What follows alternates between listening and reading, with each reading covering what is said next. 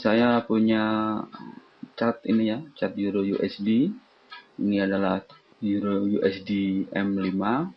Kita lihat di sini harganya berayun ya, swing, naik turun naik turun naik turun naik turun. Nah, dari sini kita bisa menggunakan Fibonacci retracement untuk mengetahui kemungkinan tren akan berlanjut ataupun tren berbalik ya. Ini bisa kita gunakan Fibonacci retracement. Nah, kita lihat di sini, ini adalah menu untuk Fibonacci. Di sini ada beberapa poin penting ya di Fibonacci retracement. Yang pertama adalah level. Di sini ada beberapa level dari 0, 23.6, 38.2, 50, 61.8, dan juga 100. Ada lagi yang extendnya, ini ada lagi ke atas yang besar. Untuk mengukur retrace ya, kita lihat dulu trendingnya kemana. Kita lihat ini trendingnya ke bawah. Yang kita ukur ada retrace-nya. Retrace itu dia bergerak berlawanan dengan trendingnya ya. Penggunaannya, retrace-nya awal tren ya kita pakai yang 100 ya, level 100. Kita taruh saja langsung masang sendiri dia. Dan level 0 ini adalah di akhir tren ya, di puncak akhir tren. Nah, di sini kita dapatkan setelah dia trending turun, dia retrace. Besarnya retrace ini seringkali berada di level Fibonacci ini. Dari level 23.6 sampai 61.8. Kita lihat sini retrace ke atas, nyampe di level 50, dia balik lagi, kemudian dia naik lagi ke atas. Nah, yang jadi acuan kita adalah bahwa ketika retrace ini tidak nyampe ke level 61.8, ini ada kemungkinan harga akan melanjutkan tren ya. Jadi dari tren turun, retrace-nya tidak nyampe 61.8, nah, dia lebih sering dia akan turun ke bawah lagi ya, melanjutkan trennya. Dari sini kita bisa lihat ketika ada satu candle yang berhasil menembusnya ya, ini bisa dijadikan sinyal bahwa tren ini akan berbalik ya. Dari tadinya turun, dia akan berlanjut naik ke atas. Setelah tembus, dia turun ke bawah dulu, baru dia naik ke atas ya. Ini pun nyampe ke titik resisten ya, yang level 100 ya. Ini kalau kita kasih garis resisten, kita akan tahu nyampe ke puncak resisten ini dia balik lagi ke bawah. Nah, kalau sudah begini, kita sekarang balik ya, retrace-nya ini sekarang sudah trennya naik. Kita lihat ini tren ini apakah akan terus berlanjut atau berbalik ke bawah lagi. Kita balik ya, ini Fibonacci yang tadinya di atas.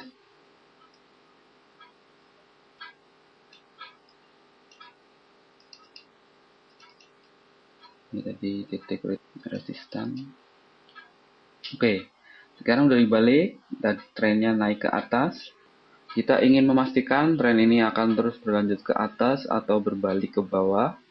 Nah, kita lihat setelah nyampe di puncak ini, dia turun ke bawah. Kembali hanya di level 50 ya. Level 50%. Harga berhenti, dia balik lagi naik ke atas.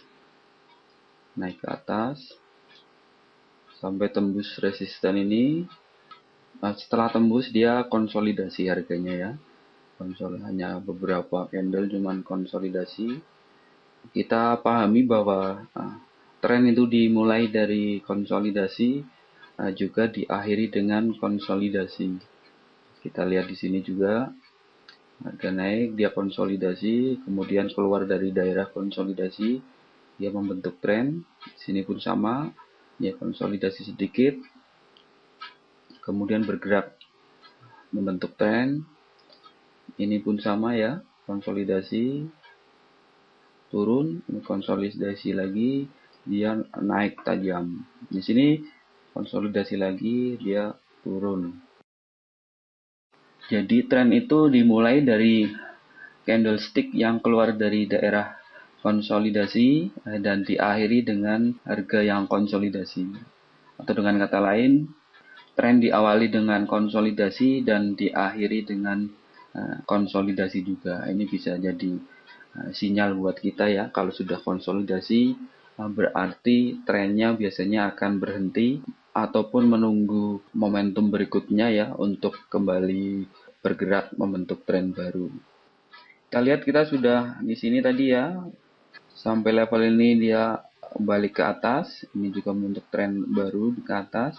Sampai di sini kita juga harus mengetes ya, apakah ini akan berlanjut naik atau turun. Ya, kita gunakan Fibonacci ini. Ini kita ambil dari harga terendah hari ini dan ini harga teratas hari ini ya, harga tertinggi hari ini. Kita lihat dia turun tajam. Nah, di sini ada candle yang menembus level 61.8. Ini bisa menjadi sinyal kita bahwa harga ini akan berlanjut ke bawah. Sekarang kita balik lagi Fibonacci retracement-nya. Kalau coba kita ambil di sini yang level 100 di paling atas. Oke, ini kelihatan sekali pas ya. Tepat sekali di level 61.8, harga retrace ke atas. Hanya sampai di 61.8 dia balik ke bawah lagi. Ini bisa menjadi sinyal kuat bagi kita bahwa harga akan berlanjut ke bawah. Kita ukur lagi setelah turun ke sini, kita ukur lagi ya, ini kita turunkan. Sama di sini dia hanya di sekitar level 50% ini ya. Istilahnya ini masih kuat tren ke bawahnya. Kita turunin lagi.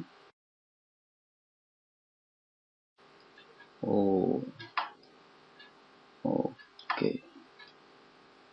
Kita turunin. Ini retrace-nya juga sama, dia hanya sampai 61.8. Ini bisa menjadi petunjuk kita, tren masih terus ke bawah.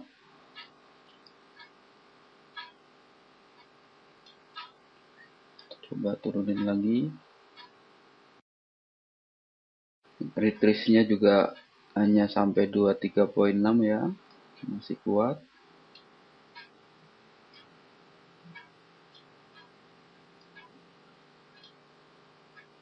Kita lihat lagi, retrace harga hanya sekitar 50 dan 61% ya. Sinyal downtrend masih sangat kuat. Kita cek lagi.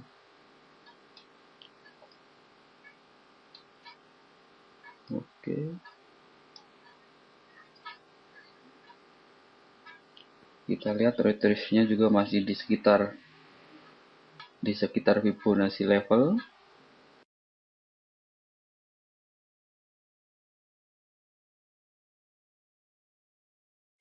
Kita cari lainnya.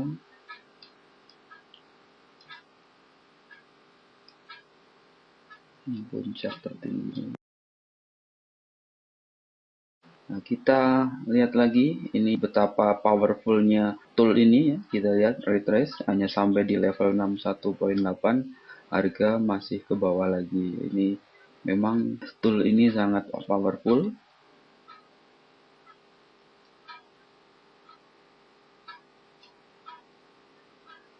Oke, ya, gini tidak nyampe level 61.8, masih ke bawah lagi. Ini hanya konsolidasi. Udah, ini tembus level ini udah kemungkinan naik, kemungkinan berubah menjadi uptrend sudah terlihat.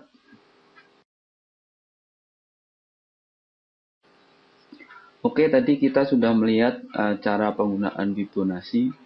Nah, sekarang kita perjelas lagi fungsi dari Fibonacci ini. Yang pertama adalah bahwa Fibonacci ini bisa menjadi gambaran buat kita. Kita bisa tahu seberapa besar dia akan mengalami retrace. Kalau retrace-nya masih di level Fibonacci ini, ada kemungkinan dia akan melanjutkan tren. Kalau retrace harga sampai menembus 61.8 ini, kemungkinan harganya akan berlanjut naik ya, dari yang tadinya downtrend menjadi uptrend. Fibonacci ini juga kita gunakan sebagai support dan resisten ya. Kalau ini trending ke bawah, Fibonacci ini adalah resistennya. Kita buy di bawah sini, kita bisa targetkan di Fibo 61.8. Nah, jadi kalaupun dia turun ke bawah, biasanya dia nyampe di level ini baru dia balik ke bawah. Jadi ada kemungkinan kita bisa mengambil profit dari retrace harga. Karena kita buy di sini, kita bisa ambil poin 18 poin ya, kita ambil. Di pelajaran sebelumnya mungkin kita sudah tahu untuk target profit kita bisa ambil dari middle band, upper band, dan sekarang ada tambahan lagi yaitu dari level 61.8% ini. Jadi ada 3 yang bisa kita jadikan sebagai area target profit. Nah, yang pertama middle band atau MA ya. Yang kedua adalah upper band, Bollinger Band yang atas. Dan yang ketiga adalah Fibonacci level ini ya, entah level 50 atau 61.8.